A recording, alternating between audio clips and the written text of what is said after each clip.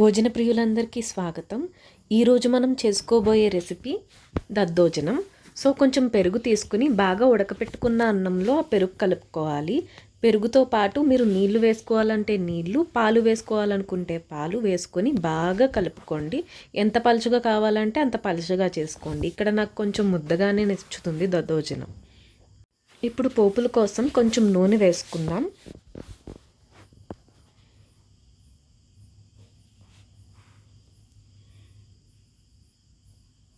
కొంచెం ఆవాలు, నూనె వేడెక్కిన తర్వాత ఆవాలు చిటపటలాడనిద్దాం. ఇప్పుడు జీలకర్ర వేసుకుందాం.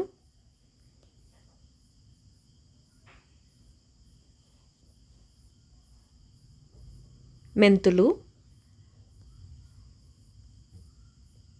వెల్లుల్లిపాయలు, దంచుకున్న వెల్లుల్లిపాయలు, పచ్చిమిర్చి,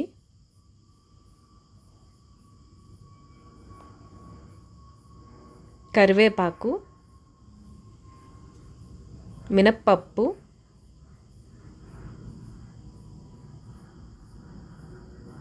శనగపప్పు,